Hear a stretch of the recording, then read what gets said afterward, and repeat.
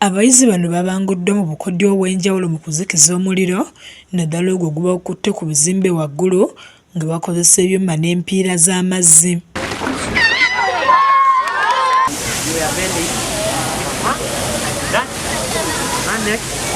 Omubanguzi omukulu abadde AIP wa Lusimbi Eli nga ye mukwanaganya wa poliisi enzimyamwoto n'omuntu wa bulijjo ng'asinzidde wano n'alaga okutoola omuliro ogususse nga kumpi buli lunaku ebifo Musanvu byebikwata. Onaavire gisobola ozikiza emiro wakati w'omusanvu munaana buli lunaku. So ekibeerawo nti emiriro gino giva ku bintu eby'enjawulo ebikalu.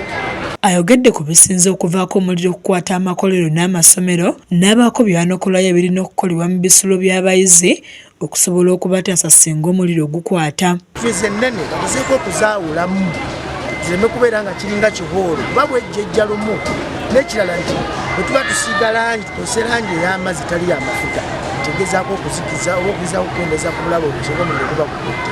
N'ekisembayo asobola ateekemu ze tuyita sprinkling system.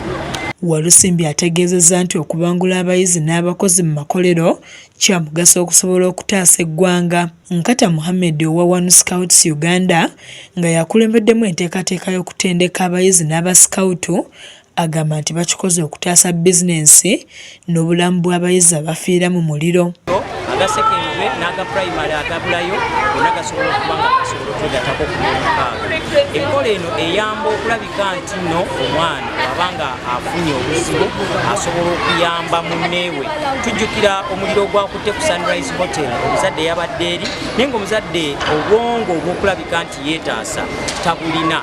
Tenywa Ngobi nga muduumizi w'abasikawutu mu Kampala n'emiriraano ayogedde ku nteekateeka eno gy'agamba nti yeetaagibwa nnyo mu masomero. Enkola eno nnungi tuzze tusomesa abaana mu bibiina byaffe nga tubagamba nti omuliro gusobola otandika n'ekitabo ne kando okusanyawo essomero eddamba.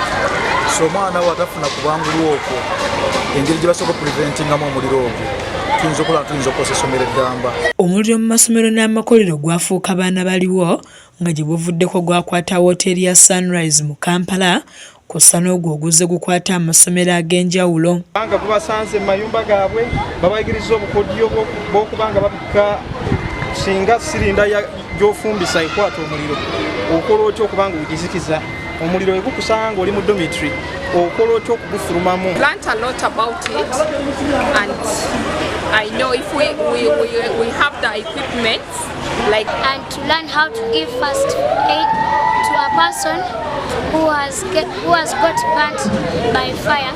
Kizza Peter yakusakidde emboozi eno ku KSTV agaleero.